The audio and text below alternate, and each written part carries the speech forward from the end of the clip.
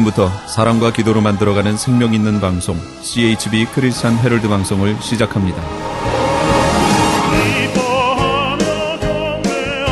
매일 새벽 4시, 매일 밤 11시 하루의 시작과 마무리를 함께하는 CHB 크리스찬 헤럴드 방송은 크리스찬 헤럴드 신문과 가장 인기 있는 기독교 정보를 담고 있는 www.christianherald.com과 함께 오늘도 성실하게 여러분 곁에 함께할 것입니다. 하나님께서 선물로 주시는 오늘 하루를 CHB 크리스찬 헤럴드 방송과 함께 소망으로 열면서 오늘도 하나님을 섬기며 영혼을 사랑하는 복된 하루가 되시기를 바랍니다.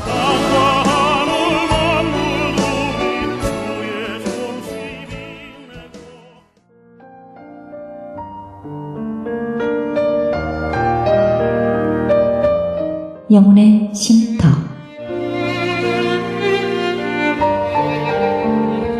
AM 1650과 인터넷을 통해 미 전역과 하와이에서는 AM 1540으로 방송을 듣고 계시는 영혼의 쉼터 애청자 여러분, 오늘도 평안하십니까? 영혼의 쉼터 김수경 인사드립니다.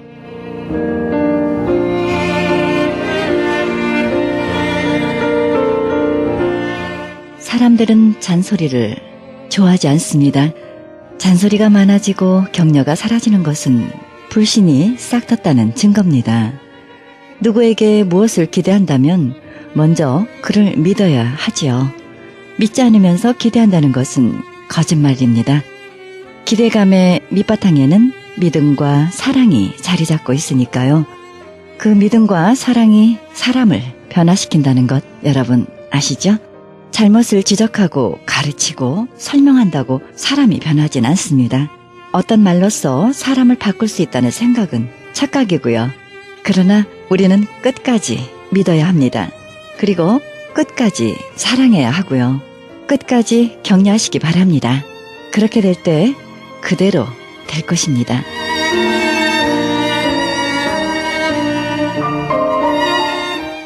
생명의 말씀 보내드립니다. 이 시간에는 말씀의 교회 정승용 목사님의 말씀 보내드립니다. 말씀은 갈라디아서 3장 23절에서 29절의 말씀을 중심으로 율법의 기능이란 제목으로 말씀 전해주시겠습니다.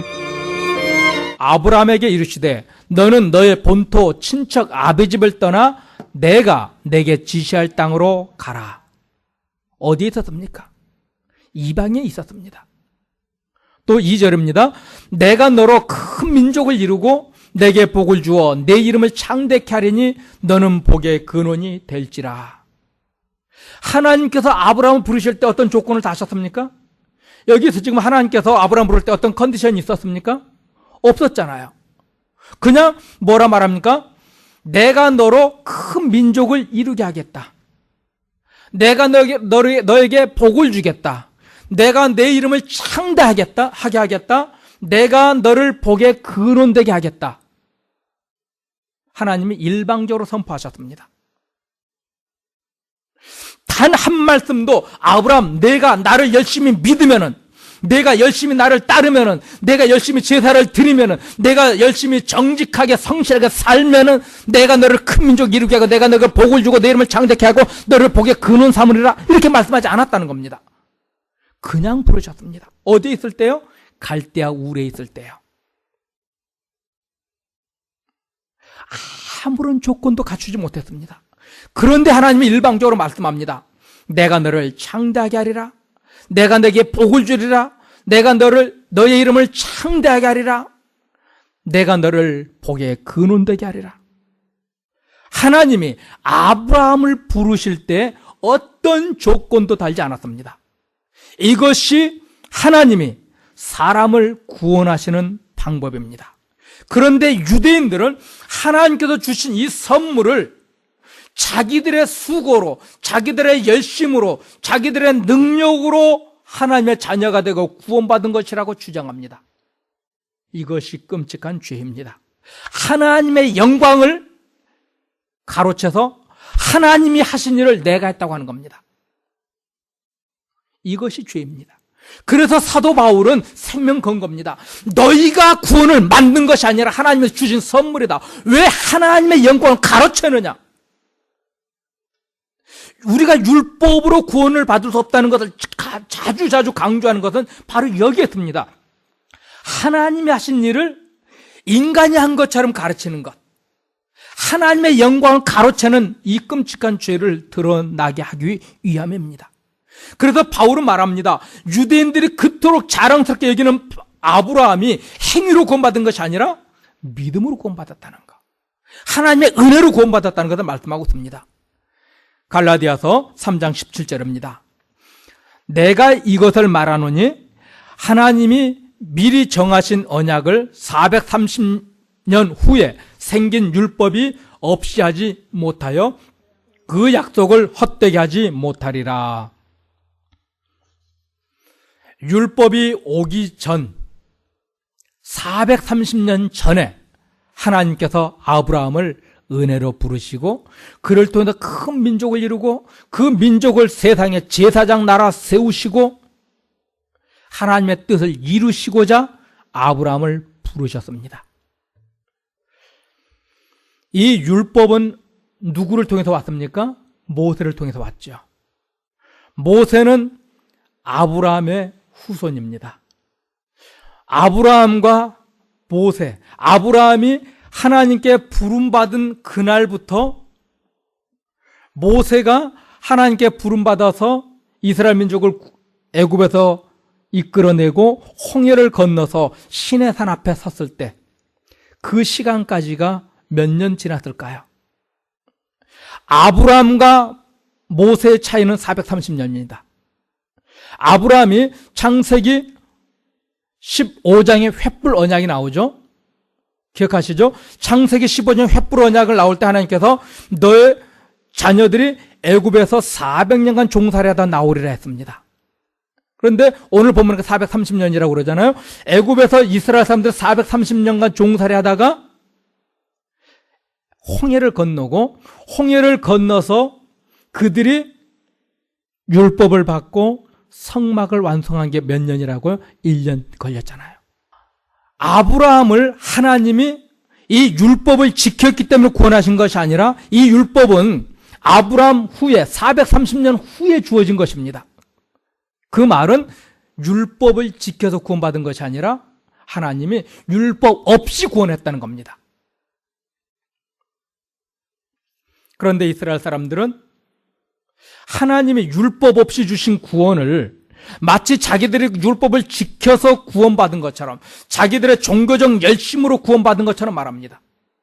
그래서 바울이 말합니다. 봐라, 너희가 그토록 자랑스럽게 얘기하는 율법, 그 율법은 아브라함은 그 율법이 세상에 오기 전 430년 전의 사람이다.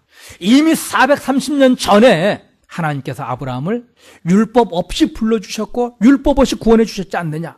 그러므로 너희가 구원받은 것, 너희가 하나님의 자녀가 된 것은 율법을 잘 지켜서가 아니라 하나님이 율법 없을 때 하나님이 너희를 구원해 주셨다는 겁니다. 너희가 율법을 잘 지켜서 의롭다함 받은 줄로 착각하지 말라는 겁니다. 저와 여러분이 구원받은 것, 내가 눈꽃만큼이라도 착한 일을 했기 때문에, 아니 내가 하나님을 찾았기 때문에 구원해 주셨다, 착각하지 않길 바랍니다. 내가 예수 믿는 집에 태어났기 때문에 예수를 믿었다, 착각하지 마시기 바랍니다. 아닙니다. 하나님이 언제요? 우리가 태어나기도 전에 하나님 우리를 택해 주셨기 때문에 예수를 믿게 되는 겁니다. 10절의 말씀입니다. 갈라디아서 3장 10절입니다. 같이요. 누구든지 율법책에 기록된 대로 온갖 일을 항상 행하지 아니하는 자는 저주 아래 있는 자라. 1년 365일 24시간 우리 평생에 단 한 번이라도 죄를 지으면 저주받는 자입니다. 이 저주에서부터 구원해 주시는 것이 그리스도의 은혜의 복음입니다. 내가 율법을 지켜서 내가 착한 일을 통해서 내가 믿었기 때문에 구원받는다면서 자기를 드러내는 사람, 어떤 사람이요? 저주 아래 있는 사람. 나는 아무런 자격도 없지만 하나님이 나를 구원해 주셨습니다, 하나님의 은혜로 구원받았습니다 말할 수 있어야 우리는 은혜의 법 아래 있는 사람들입니다. 야고보 2장 10절입니다. 누구든지 온 율법을 지키다가 그 하나에 걸치면 모두 범한 자가 되느니라. 마음으로든 생각으로든 행동으로든 어떤 것으로든 죄를 지으면요, 일평생 단 한 번만 져도 일평생 죄 짓는 자입니다. 저주 아래 있는 자입니다. 율법을 지켜서 의로워지려 하는 자, 자기 자신을 저주 아래 끌고 가는 자입니다. 바울이 지금 이스라엘 사람들을 향해서 그 율법을 지켜서 의로워지겠다 말하는 그 사람들에게 말합니다. 너는 지금 너희들 스스로 저주 아래 끌고 가고 있다. 아니다. 저주 아래서 우리를 구원해 줬기 때문에 저주 아래로 들어가지 말고 예수 아래에 나오라는 겁니다. 내가 착하고 정직하게 살아서 나쁜 말 하지 않고 살해하지 않고 도둑질하지 않아서 열심히 신앙생활을 하기 때문에 구원받을 거라고 말하지 않아야 합니다. 예수를 믿어야만 구원을 받습니다. 그런데 사람들은 예수를 믿는데 금식도 해야 될 것 같고 차례 기도도 해야 될 것 같고 11조도 지켜야 될 것 같고 주일도 지켜야 구원을 받을 것 같은 사람들입니다. 그런 사람들은 저주받을 자랍니다. 바울이 그렇게 말합니다. 오해하지 마시기 바랍니다. 주일을 안 지켜도 된다는 말은 아닙니다. 주일을 왜 지킵니까? 구원받기 위해서 지킵니까? 바울은 그것을 책망합니다. 율법주의라고요. 우리가 주일을 구원받기 위해서 지키는 것이 아닙니다. 구원받은 그것이 감사하기 때문에 주님이 나의 주인이라는 걸 고백하기 때문에 주일을 지키는 겁니다. 11조 왜 드립니까? 그거 돈 몇 푼 들여서 구원받으려고요?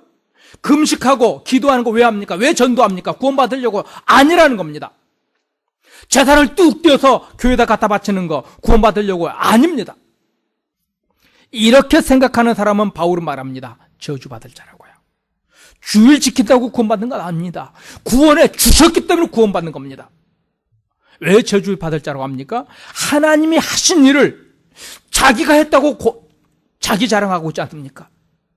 하나님의 아들 예수님이 십자가 달려 죽으시는 이 방법을 통해서 하나님이 구원해 주셨는데 내가 잘해서 구원받았다 말하지 않습니까? 그래서 저주받을 자라는 겁니다. 성경은 율법의 기능이 무엇이라 가르칩니까? 24절을 보시기 바랍니다. 24절에요. 이같이 율법이 우리를 그리스도에게로 인도하는 몽학선생이 되어 우리로 하여금 믿음으로 말미암아 의롭다함을 얻게 하려 함이니라. 율법은 무엇이라 말합니까? 우리를 그리스도께로 인도하는 몽학선생이라 합니다. 몽학선생이 뭐냐면은 이스라엘 시대에 돈 많은 사람들은 집에 종을 부리고 있습니다. 어린 아이를 학교까지 데려다 줍니다. 그리고 데려옵니다. 데려다 주고 데려올 때 그 어린아이를 데려다 주고 데려오는 사람을 몽학선생이라 합니다. 이 아이가 성년이 되어서 자기의 지혜를 가지고 살 수 있기 전까지는 이 몽학선생이 그 아이를 양육합니다. 그런데 성경은 이 율법이 몽학선생이라 합니다. 어떤 기능을 한다고요? 이 율법은 어디로 인도합니까? 그리스도께로 인도한답니다. 왜요? 우리로 하여금 믿음으로 말미암아 의롭다함을 얻게 하기 위해서요. 율법의 펑션, 율법의 기능이 뭐라고요? 그리스도께로 인도해서 믿음으로 의롭게 되는 이 사실을 알게 하기 위해서요. 이것이 하나님께서 우리에게 율법을 주신 목적입니다. 율법을 지켜서 의로워지는 것이 아닙니다. 23장 21절입니다. 그러면 율법이 하나님의 약속을 거스르느냐? 결코 그럴 수 없느니라. 만일 능히 살게 하는 율법을 주셨다면 의가 반드시 율법으로 말미암았으니라. 우리를 살게 하는 율법을 주셨다 한다면 우리가 율법으로 의로워질 수 있다 가르칩니다. 율법으로 의로워지고 율법으로 구원을 받을 수 있는 그런 율법 주셨다고 합니까? 그런 율법 결코 주신 적이 없다 합니다. 율법으로 의로워지고 율법으로 구원받을 수 있는 그런 율법을 결코 우리에게 주신 적이 없는데 사람들은 내가 무엇을 해야 구원받을 수 있는 것으로 말하고 있습니다. 율법은 나는 무능한 자, 나는 아무것도 할 수 없는 자, 나는 죄인이라는 이 사실을 발견하게 하기 위해서 주신 것이 율법입니다. 율법 자체가 의로워질 수 있는 길이 아니라 율법을 보면서 우리는 어떻게 생각합니까? 나 같은 죄인을 보게 됩니다. 이 사실을 발견하고 자기를 의지하지 않고 그리스도께로 나와서 천부여 의지없어서 두 손 들고 와서 주님을 의지하게 하는 것이 율법의 기능입니다. 갈라디아서 3장 19절입니다. 그런즉 율법은 무엇이냐? 범법함을 인하여 더한 것이라. 왜 율법이 주셨다고요? 범법함, 죄를 알게 하기 위해서요. 죄가 무엇인지도 모르고 죄를 짓는 한심한 인간들에게 무엇이 죄라는 것, 무엇이 죄인가 그것을 알려주기 위해서 주신 것이 율법입니다. 로마서 7장 7절입니다. 그런즉 우리가 무슨 말을 하리요? 율법이 죄냐? 그럴 수 없느니라. 율법으로 말미암지 않고는 내가 죄를 알지 못하였으니 곧 율법이 탐내지 말라 하지 아니하였다면 내가 탐심을 알지 못하였으리라. 율법이 뭐라고요? 죄가 무엇인지 알지 못한 사람에게 죄가 무엇인지 알려주는 것이 율법이라는 겁니다.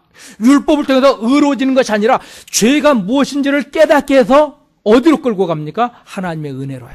예수 그리스도께로. 우리는 어리석어서 죄가 무엇인지 알지 못합니다. 율법의 기능은요, 죄가 무엇인지 알게 하는 겁니다.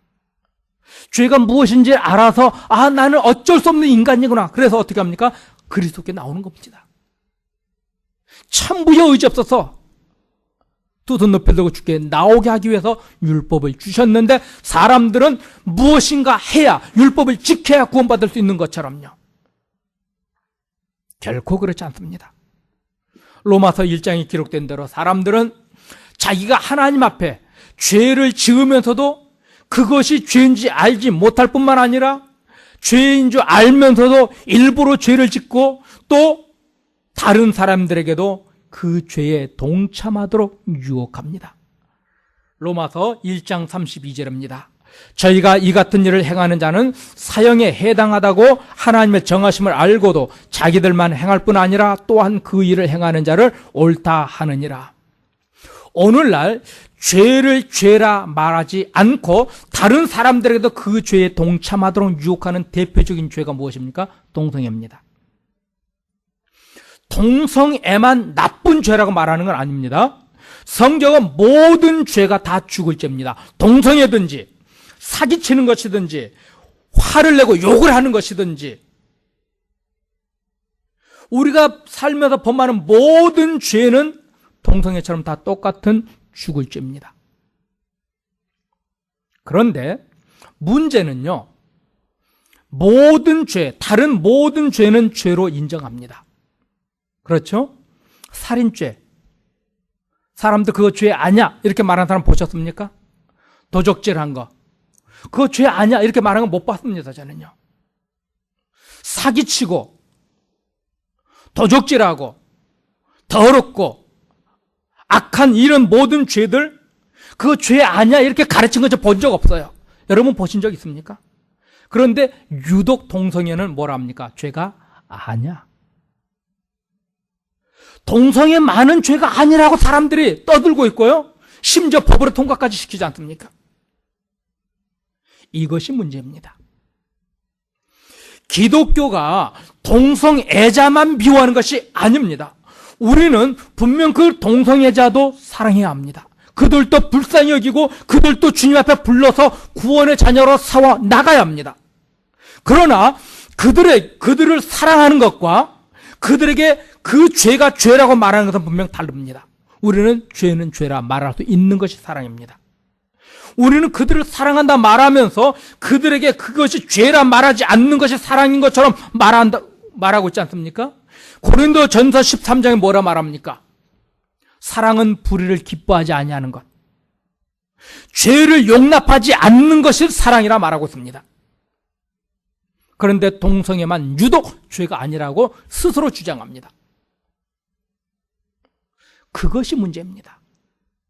동성애만 죄라서 죄라 말하는 것이 아니라 다른 죄는 죄로 인정하면서 이것만 유독 죄가 아니라고 말하니까 아니다, 그것이 죄다, 이것을 말하는 것이 기독교고 우리의 사명입니다.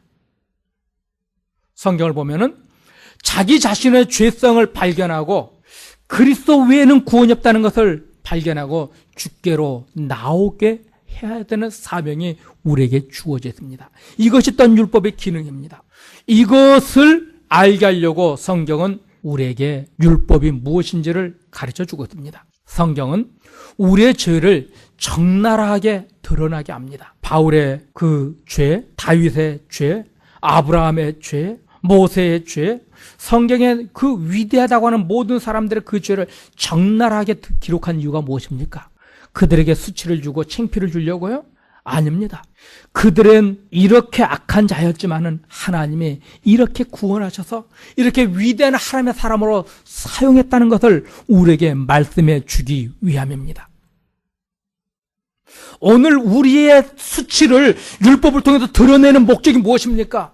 우리를 부끄러워 벌벌 떨게 하기 위함이 아니라 그 부끄러움을 가지고 하나님 앞에 나와서 하나님의 은혜로 자유함을 얻게 하려고요.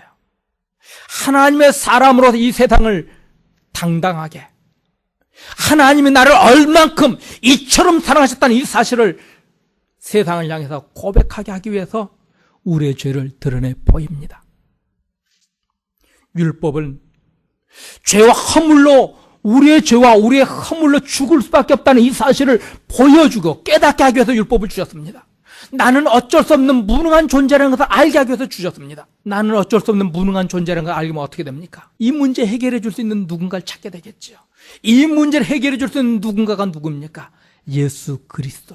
이 주님 앞에 나가게 하기 위해서 성령께서는 우리 마음에 죄가 생각나게 합니다. 악한 것이 생각나게 합니다. 때로는 길을 가다가도 문득 그 생각 나면 얼굴이 붉어지고 하늘을 쳐다볼 수 없는 그런 아픔을 갖게 됩니다. 왜요? 그리스도만 의지하게 하려고요. 바울이 바울 될 수 있었던 건 무엇입니까? 그 유대교의 종교적 열심으로 예수 믿는 사람들을 잡아 죽였던 그 살인의 끔찍한 추억 때문이었습니다.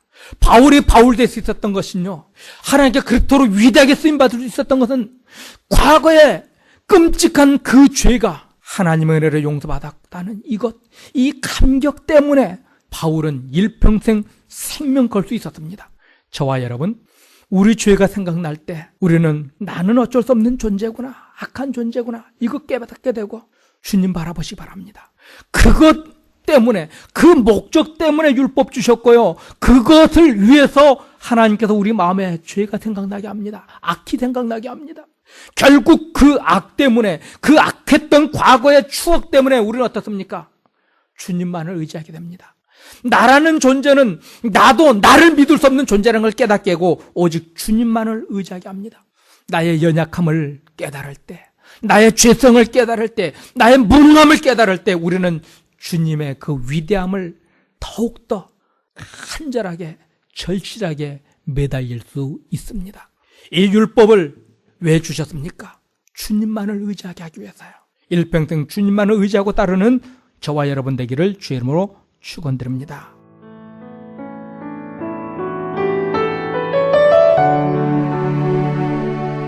지금까지 말씀의 교회 정승영 목사님의 말씀 들으셨습니다. 말씀의 교회는 2966 윌셔블로버드 LA에 위치하고 있습니다.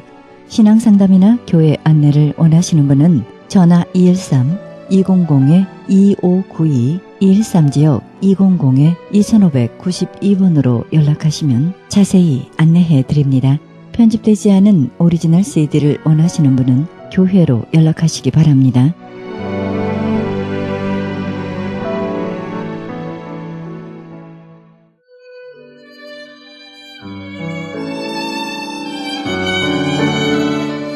크리스천 헤럴드는 신문과 라디오는 물론 인터넷을 통해 그리스도의 복음을 가장 널리, 가장 많이 전하는 종합 미디어입니다.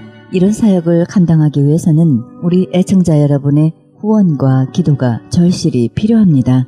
예수님이 우리에게 맡겨주신 이 지상사역에 함께 동참하시지 않겠습니까? 내가 너희에게 분부한 모든 것을 가르쳐 지키게 하라 말씀하신 우리 예수님의 지상명령에 함께 동참하시기 원하시는 분은 전화 213-353-0777 213지역 353-0777로 연락주시면 자세히 안내해드립니다.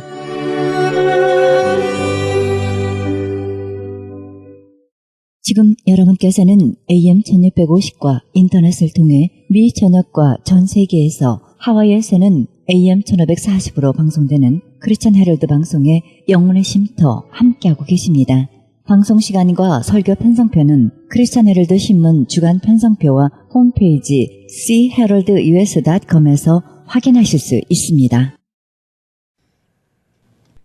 이어서 로스앤젤레스 장로교회 황규영 목사님의 말씀 보내드립니다. 말씀은 빌레몬서 1장 8절에서 14절의 말씀을 중심으로 영향력의 변화란 제목으로 말씀 전해주시겠습니다. 어떤 사람들이 있어서는 안 되는 사람입니까? 그 공동체에 해를 끼치는 사람이지요. 어떤 사람들이 꼭 있어야 하는 사람들입니까? 그 공동체에 유익을 주는 사람입니다.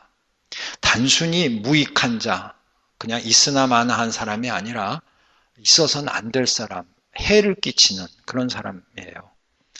오네시모는 그냥 사실은 바울이 부드럽게 얘기한 겁니다. 무익하였다라고 얘기하지만 사실 오네시모는 해를 끼치는 사람이었습니다. 특별히 빌레몬에게 해를 끼친 사람이었습니다.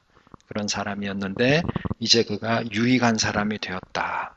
있어서는 안 되는 사람이었는데 지금은 꼭 필요한 사람, 있어야 될 사람이 되었다. 그렇게 말하고 있습니다. 그래서 오늘 제목을 영향력의 변화라 그렇게 했습니다. 우리 사람은 어쩔 수 없이 다 영향을 미치고 삽니다. 가정에서도 또 교회에서도 자기 직장에서도 또 사회생활 속에서도 서로 영향을 주고받고 하는데 다른 사람들에게 어떤 영향을 주느냐 하는 것입니다.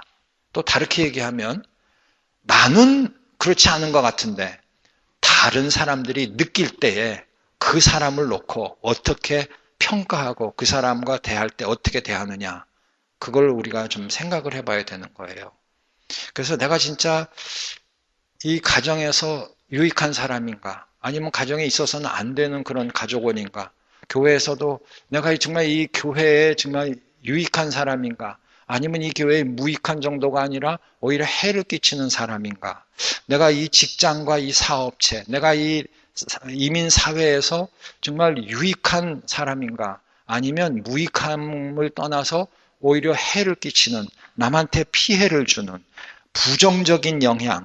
부정적인 영향뿐이 아니라 한 걸음 더 나가서 악영향을 미치는 그런 사람인가 아니면 가정이나 교회나 직장이나 사업체나 사회 속에서 내가 정말 남에게 유익을 주고 다른 사람들이 나로 인하여 좋은 느낌을 받고 저 사람은 진짜 꼭 있어야 되는 사람이야 그런 마음을 갖게 하는 그런 사람인가 그러니까 좋은 영향력을 미치는가 악영향을 미치는가 그 차이점입니다. 그래서 오늘 우리 그리스도인들이 정말 영향력을 미치고 살아야 하는데 어떤 영향력을 미치고 살을까? 네, 완벽한 사람이 어디 있습니까? 다 섞어서 끼치게 되지요. 좋은 영향도 있고 또 안 좋은 영향도 있고 본의 아니게 악영향을 미치기도 하고 또 정말 뜻밖의 남한테 그 좋은 그 영향을 끼치는 경우가 있긴 있어요.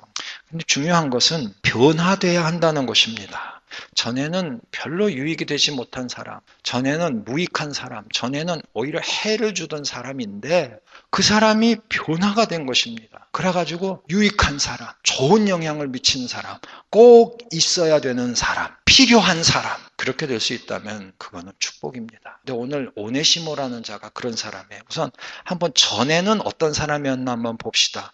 전에는 종입니다. 종. 16절에 보면 이후로는 종과 같이 아니하고 종에서 뛰어나 그랬습니다. 그런 걸로 봐서는 종입니다. 빌레몬의 종이었을 것이라 다 그렇게 추측합니다.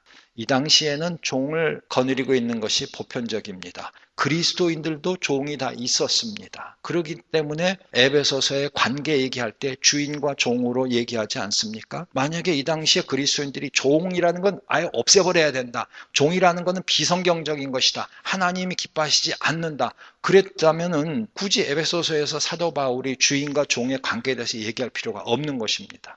하나님이 종 자체를 부정하셨는가? 아니에요. 레위기에 보세요. 구약 성경에도 보면요. 어쩔 수 없이 돈에 의해서 종으로 팔려갈 수도 있고 전쟁에 져서 노예가 될 수도 있고요.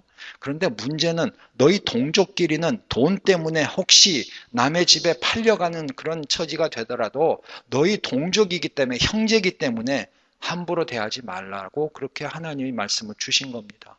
왜 그런 말씀 주셨어요? 하나님이 어쩔 수 없이 허락하신 것입니다. 사실은 천지 창조 때 아담과 하와를 만드셨을 때는 주인과 종의 관계가 없어요. 그냥 하나님만 주인이시고 모든 사람은 하나님의 형상을 받아서 하나님을 대신해서 천지 만물을 주관하고 다스릴 수 있는 그런 축복을 하나님 다음가는 그런 위상 높은 지위를 주셨는데 죄로 인해 가지고 그 지위를 잃은 것입니다. 빌레몬도 그리스도인입니다. 그런데 오네시모는 그리스도인이 아니었던 것입니다. 주인은 신실한 그리스도인인데 그 종은 믿지 않는 자예요. 양심이 없는 자예요. 그런데 이 종이 아마 주인인 빌레몬에게 무슨 나쁜 일을 행한 거예요. 18절, 우리가 오늘 읽지는 않았지만 성경 18절을 보세요. 저가 만일 내게 불의를 하였거나 내게 진 것이 있거든 이것을 내게로 회개하라 그랬습니다. 만약에 불의를 하였거나 빚진 것이 있다면, 그러니까 뭔가 오네시모가 주인한테 안 좋은 일을 하고 도망을 간 것입니다. 그래서 도망가서 사도 바울을 만난 것이죠. 그래서 사도 바울과 함께 있게 되는 것입니다. 오네시모는 빌레몬의 종이었습니다. 그런데 종으로서 주인에게 행하여서는 안 되는 일을 행하고 도망을 간 것이었습니다. 무익한 정도가 아니라 주인에게 해를 끼친 것이죠. 자, 여러분, 주인과 종의 관계를 성경적으로도 우리가 한번 비유해 보면 사실 하나님과 우리의 관계를 나타내고 있는 것인데요. 몇 가지 생각해 봅니다. 종은 첫째, 주인의 소유입니다. 종은 주인의 소유예요. 종은 자유가 없어요. 종은 주인의 뜻에 따라야 합니다. 종은 주인의 눈치를 살펴야 돼요. 주인 원하는 대로 움직일 수밖에 없어요. 세 번째로, 종은 주인을 기쁘게 해야 합니다. 성경에 나오잖아요, 여러분. 신약에도 예수님이 비유로 말씀하실 때 많이 있잖아요. 또 종은 주인에게 신뢰를 받아야 합니다. 또 종은 주인의 명예를 지켜야 합니다. 또 종은 주인의 재산에 이익을 주어야 합니다. 그것이 종으로서의 지켜야 될 것들이에요. 여러분, 인간 세상의 모든 관계 속에서는 지켜야 할 것들이 있어요. 권리와 의무가 같이 있다는 말입니다. 그런데 사람들은 권리만 행사하려고 그러고 자기 챙길 것만 챙기려고 그러고 의무를 하지 않습니다. 여러분, 부부 간에도 의무와 권리가 있습니다. 부모 자식 간에도 의무와 권리가 있습니다. 친구 간에도 의무와 권리가 있습니다. 직장에서 상사하고 밑에 사람도 권리와 의무가 있고 사주하고 또 고용인들 사이에도 권리와 의무가 있는 것입니다. 교회 안에서도 마찬가지입니다. 교인들끼리도 서로 권리와 의무가 있고 교역자와 평신도와 관계에서도 권리와 의무가 있고 평신도 지도자와 지도움을 받는 사람들 간에도 의무와 권리가 있는 것입니다. 문제는 어느 것을 더 중요하게 생각하느냐 하는 것입니다. 근데 현대는 의무는 가볍게 여겨요. 권리는 아주 중요하게 여깁니다. 한국에서 요즘 정치판에서 돌아가는 거 보면 정말 무섭습니다. 얼마나 권리를 따지는지요. 말들은 너무 잘해요. 게다가 네티즌들 또 뭐 사람들을 시켜가지고 전화를 해서 지금 뭐 요즘 신문 보면 인터넷판 신문 보면 한국 돌아가는 것이 예전에도 그랬지만 정말 무섭다라는 느낌을 제가 낍니다. 요즘 근데 그것이 교회 안에도 들어왔어요. 교회 안에서도 목회자도 권리만 찾기 바빠요. 교회 직분자들도 권리 찾기 바쁩니다. 교인들끼리도 권리 찾기 바쁩니다. 그러나 여러분, 모든 관계 속에서는 권리와 의무가 공존해 있는 것입니다. 우리 그리스도인들은 내 권리를 찾기 이전에 사실은 의무를 먼저 해야 합니다. 왜 그런 줄 아십니까? 우리 예수님께서 그렇게 하셨기 때문입니다. 하나님의 아들 예수님이 육신을 입고 이 땅에 오셨을 때 권리부터 찾으셨습니까? 아니에요. 인간으로 오실 때부터 이미 권리는 다 포기하셨습니다. 어린아기로 태어날 때부터, 아니 마리아의 몸속에서 성령으로 잉태했을 때부터 10달을 기다리셨습니다. 하나님의 능력으로 무슨 10달이 필요해요? 그냥 뻥 나오실 수도 있고 그냥 어른으로 딱 하늘에서 강림하실 수도 있는 것인데, 예수님이 오셔서 뭐라고 그래요? 나는 섬김을 받으러 온 것이 아니라 뭐예요? 섬기러 왔노라. 종으로 행세하시는 거예요. 빌립보서 2장에 뭐라고 그랬어요? 자신을 비워 오일 종의 형체로 오셨다고 그랬어요. 예수님이 우리가 가르쳐 주신 게 그겁니다. 우리는 의무를 먼저 찾아야 돼요. 여러분, 우리 교회 안에서는 우리가 좀 생각을 해봐야 합니다. 가르치는 것뿐이 아니죠. 우리가 교회를 섬기고 주님의 몸된 교회의 지체로서 함께 공동생활함에 있어서도 우리는 이 의무가 얼마나 중요하다는 것을 깨달아야 합니다. 저마다 권리 찾기 바쁘다면, 내 권리 침해받은 거에만 신경을 곤두쓴다면 의무는 어디 갔습니까? 아무도 일하려고 하지 않을 것입니다. 아무도 섬기려 하지 않을 것입니다. 오네시모는 그런 사람이었어요. 주인의 것을 가지고 도망간 사람입니다. 주인의 소유입니다. 우선 자기가 거기를 떠날 수가 없습니다. 주인의 허락 없이는. 주인의 뜻을 따라야 하는데 주인이 기뻐했겠습니까? 아니죠. 주인의 신뢰를 배반한 것입니다. 틀림없이 물질을 가지고 갔을 것이다. 아마 돈을 가지고 간 것이 아닌가, 되게 그렇게 추측하는데 아마 그것이 맞을 것입니다. 왜냐하면 19절에도 보면 바울이 내게 빚진 것을 말하지 말게 하라. 혹시 이것이 있으면 내가 갚으려니와 내게로 회개하라. 회개라는 것, 계산을 나한테 해라, 그 말이죠. 여러분, 오네시모는 그런 사람이었습니다. 그런데요, 그 오네시모가 어떻게 바뀌었어요? 바울이 하는 말입니다. 11절에 저가 전에는 내게 무익했으니 이제는 나와 내게 유익하다. 그러면서 12절에 뭐라고 그럽니까? 내게 저를 돌려보내노니 저는 내 신복이라. 13절에요. 저를 내게 머물러 두어 내 복음을 위하여 갇힌 중에서 내 대신 나를 섬기게 하고자 하나 그랬습니다. 여러분, 주인의 돈을 들고 튄 도망온 종인데 그 종이 사도 바울로 인해서 어떻게 변화가 됐습니까? 사도 바울의 신복이 됐습니다. 그뿐만 아니라 복음을 전하는 사도 바울, 다시 말하면 선교 사역을 감당하는 사도 바울, 특별히 감옥에 갇혀 있는 그런 사도 바울, 부자유스러운 사도 바울을 섬기면서 사도 바울을 복종하고 그의 사역을 돕고 빌레몬을 대신해서 사도 바울의 오른팔과 같은 노릇을 하는 사람이 되었다는 것입니다. 이거는 놀라운 변화입니다. 도망자가 돈을 들고 튄 도둑놈이 쉽게 얘기하면 하나님의 말씀, 복음 사역을 함께 돕는 사도 바울, 훌륭한 선교사의 동역자가 됐다는 것입니다. 여러분, 사도 바울이 어떤 사람이에요? 우리가 사도 바울 성격을 대충 알잖아요. 사도 바울은 무서운 사람입니다. 사도 바울은 정확한 사람입니다. 사도 바울은 주님의 일과 복음을 위해서는 정말 눈 하나 깜짝 아니하고 원리 원칙대로 하나님에 대해서 합당하게 무섭게 자신을 몰아치는 사람입니다. 자신의 목에 칼이 들어와도 그 수많은 고난을 당하고 채찍에 맞고 파선의 위험, 강도의 위험 이런 모든 걸 겪으면서도 자신의 옛날의 그 지위야 배운 것과 가진 것들을 다 배설물로 여기고 오직 예수 그리스도만을 위해서 바르게 살기를 소원하면서 나아갔던 그런 사역자입니다. 그래서 요한 마가가 선교여행하다가 도망갔을 때에 나중에 바나바가 2차 여행 갈 때 그도 데리고 가자 그러니까 그런 사람은 선교사에게 같이 쓸 수 없다.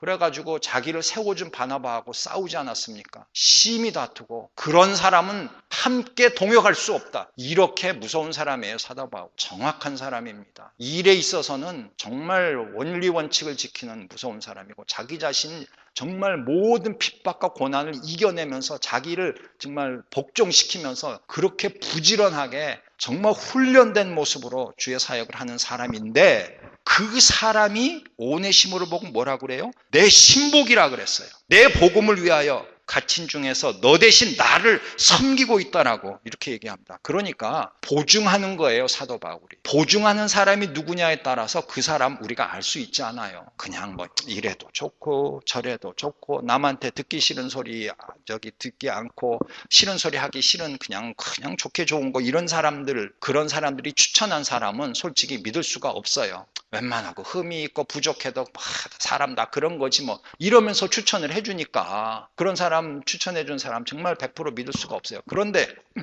추천해주는 사람이 정확한 사람이에요. 자신의 아주 그냥 급기를 잘하는 사람이에요. 훈련된 사람이에요. 이 일을 위해서는 철두철미한 분이에요. 그리고 하나님을 그렇게 잘 섬겨요. 뭐 정말 그런 정확한 사람 그런 사람이 이 사람 틀림없어 딱 보증해서 내주면 여러분 믿지요. 보증해준 사람이 정확한 사람인데요. 그 사람이 소개해준 사람 당연히 믿지요. 그런데 사도 바울이 지금 오네시모를 그렇게 보증을 하고 있는 것입니다. 여기 신복이라는 말은 직역하면 내 내장이다 그런 뜻이에요. 혹은 내 심장이다 그런 뜻이에요. 두 가지 뜻인데 여러분 내장은 이 당시에도 그랬지만 지금도 그렇지만 이 내장은 없어서는 안 되는 거 아니에요. 중요한 거 아니에요. 정말 내 간장과 같은 사람이다. 그러면 그만큼 중요하다 그 말이죠. 또 내 심장과 같은 사람이라 그러면 심장은 정말 숨의 생명의 근본 아닙니까? 게다가 우리는 heart to heart란 말 그런 영어 표현에도 있지만 그게 뭐예요? 사랑과 정이 가는 그런 말이죠. 쉽게 얘기하면 내 신복이라 이 원어의 뜻이 그래서 신복이란 말은 의역한 건데요. 직역하면 오네시모 이 사람은 내 위장, 내 간장과 같은 사람이다. 내 심장과 같은 사람이다. 그렇게 사도 바울이 얘기하는 것입니다. 얼마나 큰 칭찬입니까? 얼마나 오네시모를 높이 올리고 있습니까? 특별히 복음을 위하여 이 사람이 나한테 아부하고 나 가려운 것을 긁어주고 내가 특별히 감옥에 이렇게 갇혀 있는데 나의 아픈 거나 내가 부자유스러운 거를 알아채고 내 대신 이렇게 손발이 되어서 다니고 나를 기쁘게 하니까 나를 유익해 하니까 이 사람 최고다 그렇게 높이 드시는 게 아니라 뭐라고 그래요? 내 복음을 위하여 나를 섬긴다 그랬어요. 주님의 일을 위해서 헌신하는 사람, 주님의 일을 위해서 주님의 사역자를 섬기는 사람이다. 인간적인 관계에서 섬기는 게 아니에요. 정말로 주 안에서 그분을 존경하면서 그분의 사역을 돕는 것입니다. 바울이요, 오네시모하고 관계가 어떤 관계예요? 사실 사도 바울이 전도해서 오네시모가 믿게 된 사람이에요. 그런데요, 그 사람을 얼마나 잘 양육을 했으면 오네시모 같은 그런 말도 안 되는 인간이 이렇게 사도 바울의 높은 칭찬을 받는 복음 안에서의 동역자, 정말 선교를 위한 이런 귀한 사역자가 될 수 있었을까? 그럼 참 대단한 것입니다. 처음부터 사도 바울을 통해서 은혜를 많이 받은 것 같아요.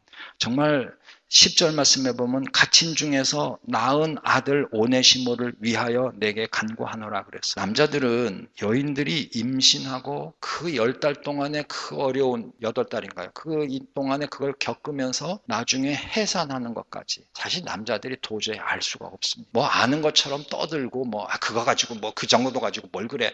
여자 태어났으니까 당연히 그건 겪어야 되는 거지. 너무 쉽게들 얘기하고 있는데요. 사실 가만히 생각해 보세요. 내가 여자로 태어났다면 그거를 진짜 불편한 거는 둘째치고요. 얼마나 괴롭겠어요. 얼마나 힘들겠습니까? 여러분, 그런데요. 사도 바울은 여인이 그 아이를 배가지고 아이를 낳는 것과 같은 그런 것을 체험한 사람이에요. 어떻게 해요? 영적으로요. 정말 말도 안 되는 인간 같지도 않은 그런 사람들을 수없이 대하면서 그런 사람들을 만날 때마다 인내하며 정말 하나님의 뜻을 심장을 가지고 사랑으로서 그러면서 그 사람들에게 감화를 주고 복음을 전하고 예수 그리스도를 증거해서 성령님의 역사하심을 또 간구하면서 결국 그 인간으로 하여금 인간 같지도 않은 인간으로 하여금 예수 그리스도의 복음을 받게 하고 예수님을 영접하게 하고 성령님의 역사하심에 의해서 완전히 그냥 뒤집어져 가지고 180도로 변하는 사람이 되게 합니다. 그것이 그렇게 쉽겠습니까? 그런데요, 사도 바울은 오네시모를 그렇게 만들었어요. 사도 바울이 한 게 아니죠. 사실 성령님께서 하신 것이죠. 그런데 사도 바울 같은 사람을 통해서 오네시모와 같은 사람을 변화시키시는 것입니다. 그것이 하나님의 방법입니다. 하나님이 하시는 거예요. 여러분, 우리는 옛날에 어떤 사람들이었어요? 우리는 사실 종이었어요. 죄의 종이고요. 돈의 종이고요. 권력과 명예의 종이고요. 쾌락의 종이고요. 우리는 나 좋은 것의 종이었어요. 내 생각의 종이었어요. 그리고 죄가 죄된 것도 모르고 살았잖아요. 그런데요, 우리가 지금 어떻게 됐어요? 지금은 예수 그리스도의 종입니다. 지금은 무엇이 옳고 그른지를 압니다. 무엇을 하면 하나님이 기뻐하시는지도 우리는 알기는 다 압니다. 이제 우리가 어떤 식으로 살아야 될지도 우리는 사실 다 알고 있지 않습니까? 우리는 이전에 그런 사람들이 아닙니다. 이제는 구원받은 자들이에요. 이제는 하나님의 자녀예요. 예수 그리스도를 형님으로 모신 우리는 그리스도 안에 있는 형제 자매들입니다. 여러분, 우리에게도 오네시모의 사도 바울 같은 사람이 있었을 것입니다. 그분 때문에 내가 예수를 믿게 됐다. 내가 그분 때문에 신앙생활을 여기까지 이렇게 하게 됐다. 그런 분이 틀림없이 계실 거라고. 한 분, 두 분, 세 분, 네 분, 여러 분 계실 수도 있겠죠. 여러분, 중요한 거는요, 이전에 내가 오네시모의 옛날 같은 사람이었는데 지금 내가 정말 오네시모 이후에 믿은 후에 오네시모처럼 정말 유익한 사람인가? 필요한 사람인가? 정말 바울과 같은 신령한 하나님의 지도자를 돕는 사람인가? 정말 복음을 위해서 동역을 할 수 있는 사람인가? 주님의 몸된 교회를 함께 섬기며 나아갈 수 있는 사람인가? 내 자신을 한번 스스로 살펴보시라는 거예요. 다른 사람 보시지 마세요. 주님과 나의 관계 속에서 하나님이 지금 나를 어떻게 생각하실 것인가? 만약에 나를 이렇게 믿음으로 키워준 믿음의 사도 바울과 같은 오네시모의 사도 바울과 같은 믿음의 그런 어르신이 나에게 계시다면, 믿음의 은인이 계시다면 지금 그 은인이, 그 믿음의 어르신이 나를 사도 바울이 오네시모로 평가하듯이 그렇게 평가해 주실 수 있겠는가? 이는 내 신복이다. 복음을 위해서 나를 섬기는 사람이다. 그 사람이 나를 그렇게 평가해 주시겠는가 하는 것입니다. 나를 이렇게 주님께로 인도해 준 사람, 나를 이렇게 양육시켜 주신 분이 여러분 스스로를 한번 생각해 볼 수 있길 바랍니다. 어떻게 그러면 이렇게 변화된 사람이 될 수 있습니까? 첫째는 하나님의 사랑이고요. 예수 그리스도의 은혜입니다. 우리 예수님은 정말 모든 것을 다 갚아주셨어요. 그런데요, 하나님 아버지의 사랑, 예수 그리스도의 십자가의 구속의 은총, 그 다음에 하나가 더 있어요. 하나님이 세우신 사람을 통해서 우리를 그렇게 만들어 주시는 것입니다. 16절에요. 이후로는 종과 같이 아니하고 종에서 뛰어나고 사랑받는 형제로 둘 자라. 내가 특별히 그러하거든 하물며 육신과 주 안에서 상관된 내게라. 17절, 18절 잘 들으세요. 그러므로 내가 나를 동무로 할진대 저를 영접하기를 내게 하듯 하고 저가 만일 내게 불의를 하였거나 내게 진 것이 있거든 이것을 내게로 회개하라. 나 바울이 친필로 쓰노니 내가 갚으려니와 너는 이외에 내 자신으로 내게 빚진 것을 내가 말하지 아니하노라. 만약에 오네시모가 빌레몬 너에게 진 것이 있고 불의를 행한 것이 있다면 그 계산은 내가 하마. 내가 다 갚아주겠다. 내가 친필로 쓰노니 내가 갚으려니와 사인한 거예요. 너도 나에게 빚이 있지 않느냐? 너 자신이 오늘 빌레몬아, 내가 정말 칭찬을 받는 훌륭한 믿음의 지도자인데 내가 오늘날 이렇게 되기까지 나 사도 바울이 너를 그렇게 위해서 기도하고 양육하지 않았느냐? 내 자신이 이렇게 훌륭한 사람이 된 것 나 사도 바울에게 빚을 지고 있지 않느냐? 그 말 안 할 테니까 이제 이 오네시모를 내가 너를 키우듯이 그렇게 영접하라. 그리고 혹시 오네시모에게 네가 따질 거 있거나 받아낼 것 있으면 나 사도 바울이 대신 다 감당하겠다 그 말이죠. 이게 왜 중요해요? 여기서 쓰인 용어가 바로 예수님께서 피값으로 우리의 죄에 대한 죄값을 다 지불하신 그 용어하고 똑같은 용어예요. 내가 다 갚으리라. 나에게 회개하라. Charge it to me. 하나님 아버지께서 우리 죄인들의 모든 죄를 charge it to 예수님. And 예수님 paid in full. 예수님이 다 갚으셨어요. 십자가에서. 예수님이 우리를 그렇게 구원해 주셨어요. 그러니까 이제 우리 차례예요. 우리가 어떻게 돼요? 나에게 불의를 행한 사람이 있습니까? 나에게 빚을 진 자가 있습니까? 만약에 그 사람이 그리스도인이 되어서 나에게 찾아와서 용서를 빌면은 빌레몬이 오네시모를 용서하듯이 용서를 해야 한다는 것입니다. 제가 잘못한 거 있으면 즉시 찾아가서 잘못을 얘기해야 합니다.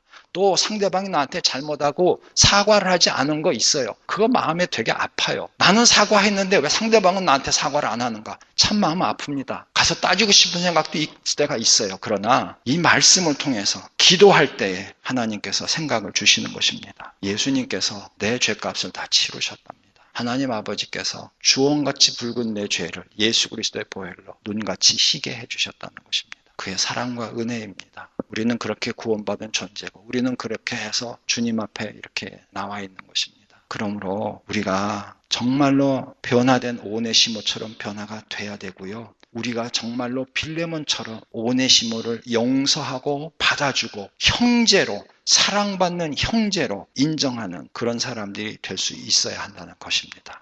우리 교회가 비록 적은 수가 모이는 교회지만 우리 몇 명 안 되는 분들끼리는 우선 첫째 내가 변화된 오네시모처럼 그런 필요한 사람이 되었는가? 특별히 주님과 복음을 위해서 교회를 위해서 첫째고요. 두 번째는 내가 빌레몬과 같이 오네시모 같은 사람이 나한테 찾아왔을 때에 내가 그를 진정으로 용서하고 사랑받는 형제로 품을 수 있겠는가? 그것이 오늘날 우리에게 주시는 두 가지 숙제입니다. 여러분 이 숙제는 여러분들이 주님 안에서 해결하실 수 있기를 바랍니다. 제가 간절히 원하는 것은 저와 여러분들이 첫째는 오네시모, 변화된 오네시모처럼 주님의 나라를 위해서 유익한 사람들이 될 수 있기를 소망합시다. 두 번째로는 우리는 주님 안에서 빌레몬처럼 이렇게 사랑으로 품고 용서하고 품어서 주 안에서 함께 동역하며 하나님께 영광 돌리는 그런 사랑의 사람들이 될 수 있기를 기원합니다.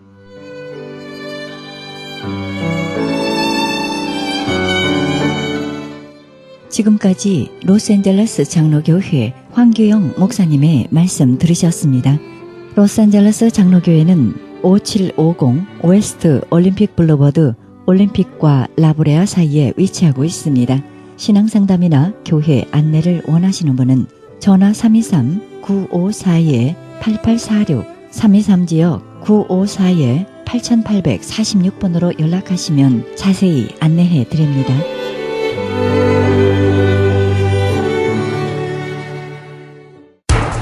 기적의 영양제 M3를 아십니까?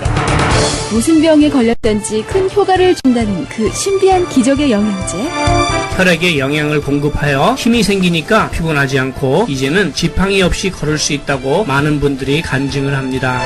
혈액 해독, 기력 회복, 뼈 골수 영양 공급, 심장, 뇌, 혈전 용해, 유태인 회사가 제조한 특수 영양제, M3, 혈액순환을 잘 되게 하는 최고급 영양제, M3, 크던 작던 아픈 곳이 있다면 M3.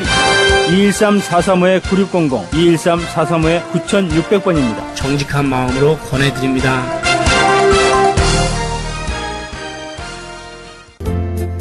CHB 건강 칼럼. 오늘은 기에 대하여 이야기 나누어 보도록 하겠습니다. 기가 왕성하면 혈기가 왕성하다고 하고 기가 떨어지면 감기에 걸렸다고들 합니다. 기라는 것은 생기를 말하는데 식물이 딱딱한 씨앗을 뚫고 나오는 힘을 말하기도 합니다. 혈기가 왕성한 사람을 보면 대부분 코로서 호흡을 하고 그렇지 못한 사람들은 입으로서 자주 호흡을 합니다. 성경에서는 사람이 죽을 때 기운이 다하여, 기운이 쇠하여, 기운이 진하여 죽는다고 합니다. 이와 같이 생기는 생명과 밀접한 관계가 있는 것 같습니다. 생기가 도는 사람은 코로서 숨을 쉬고 그 생기는 피를 만들고 어혈을 밖으로 빼내는 작용을 합니다. 일단 코로 숨을 쉬게 되면 심장과 대장이 숨을 쉬게 되고 심장은 몸 안에서의 각종 작용을 하고 대장은 몸 밖의 피부에 작용을 하게 됩니다.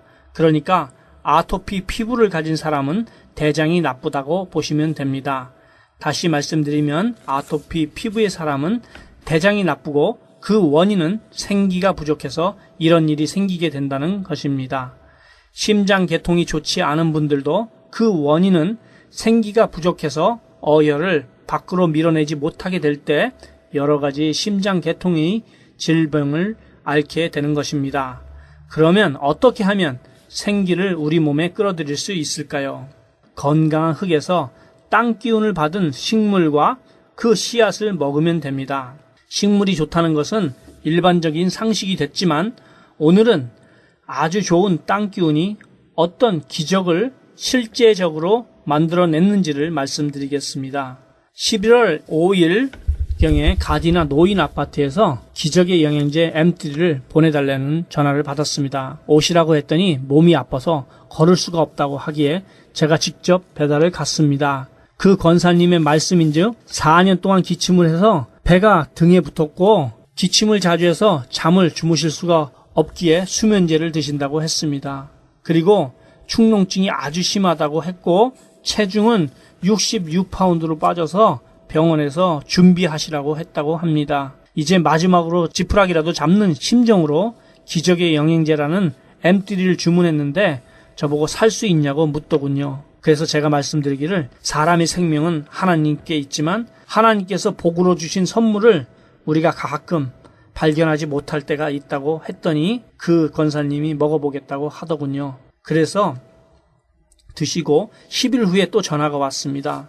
그 권사님께 전화가 왔는데 몇 병을 더 배달해 달라는 것입니다. 가서 뵈니 말씀하시기를 M3를 먹는 그날 4년 동안 했던 기침이 멈추었고 수면제 없이 잠을 편히 잘 수 있었고 코에 생긴 고름덩어리, 축농증도 일주일 만에 다 없어져서 병원에 갔더니 의사가 깜짝 놀라면서 병원까지 날라서 왔냐고 했더군요.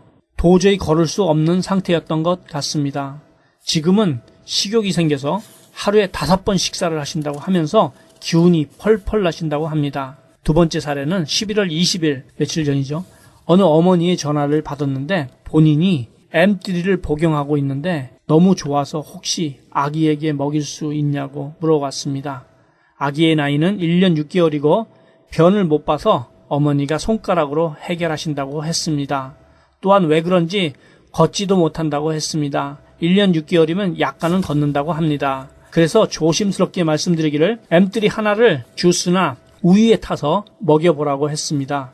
그랬더니 3일 후에 전화 오시기를 아기가 변을 스스로 보았고 걷는다는 것입니다. 정말 놀라운 기적입니다. 그리고 11월 23일에 아들이라는 분이 전화가 왔는데 본인이 어머니가 병원에서 임종하시기를 기다리다가 어떤 분이 권유로 엠뜨리를 하나를 드셨는데 생기를 찾았고 식사를 하셔서 너무 놀라워서 엠뜨리에 대하여 좀 더 알아보려고 전화했다고 했습니다. 그리고 이분도 몇 병을 구입해 가셨습니다. 그렇습니다. 기적의 영양제 엠뜨리는 생기를 보충해주는 창세기 1장 29절대로 만들어진 하나님의 음식입니다.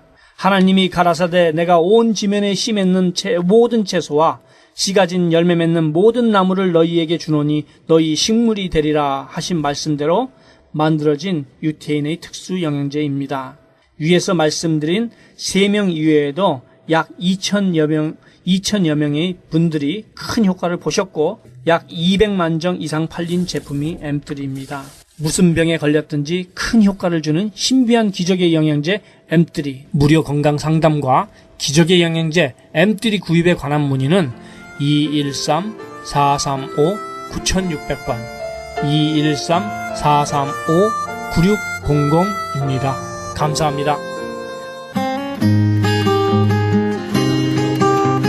헤럴드 게시판 안내입니다. 조선족 고아 자녀를 위한 후원자 모집합니다. 자세한 안내는 전화 909-816-3457, 909 지역 816-3457 장우상 목사님께 연락하시기 바랍니다. 그리스 반모섬 헬라어 성경 보내기 후원자 모집합니다. 반모섬 문의전화 30-22470-33237 차인수 선교사님께 연락하시기 바랍니다. 남가주 기독교 교회 협의회에서 사랑의 쌀 나누기 후원교회와 후원자 모집합니다. 자세한 안내는 전화 310-691-4426 310 지역 691-4426 홍성관 목사님께 문의하시기 바랍니다. 크리스천 헤럴드 전속 선교 합창단 모집합니다. 하나님의 나라의 확장을 위해 이 시대가 요구하는 문화사역단으로서 지역사회의 찬양을 통한 전도 선교에 힘쓰며 크리스천 헤럴드 홍보대사로 활동하게 됩니다.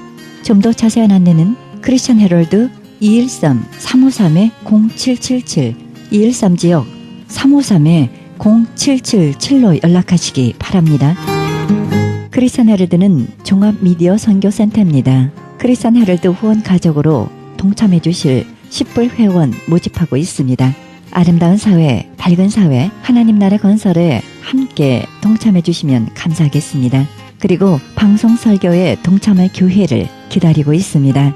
성도님들의 많은 참여를 부탁드립니다. 자세한 안내는 전화 213-353-0777 213 지역 353-0777 크리스천 헤럴드로 연락하시기 바랍니다. 이상 크리스천 헤럴드 게시판 안내였습니다.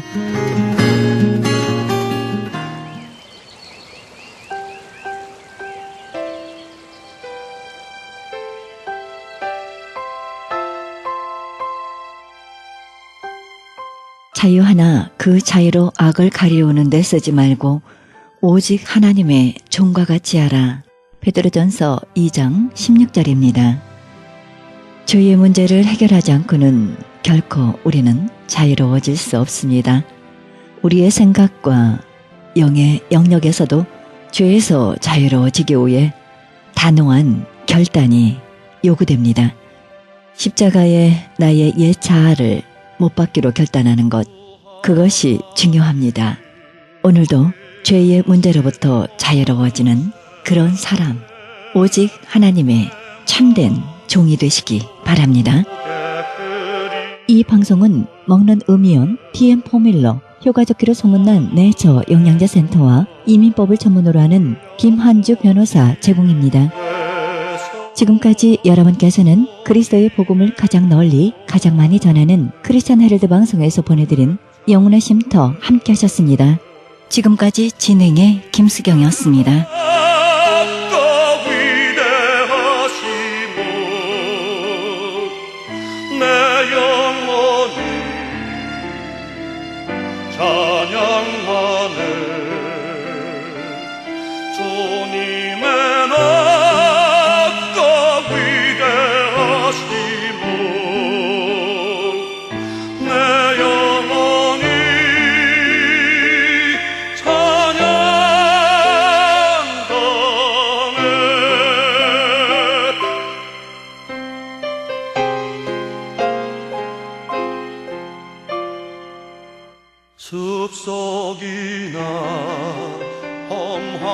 산골짜기에서 지저귀는 저 새소리들과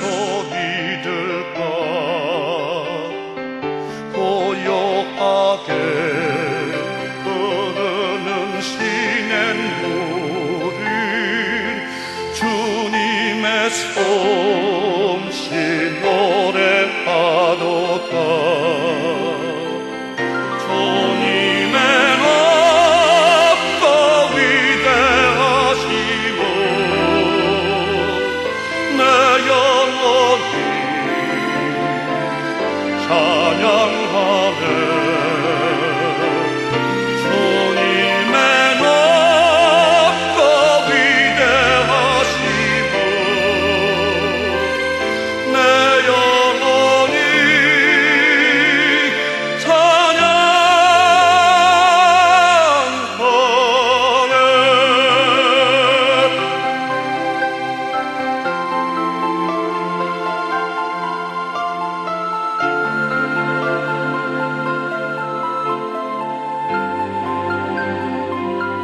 주 하나님 독생자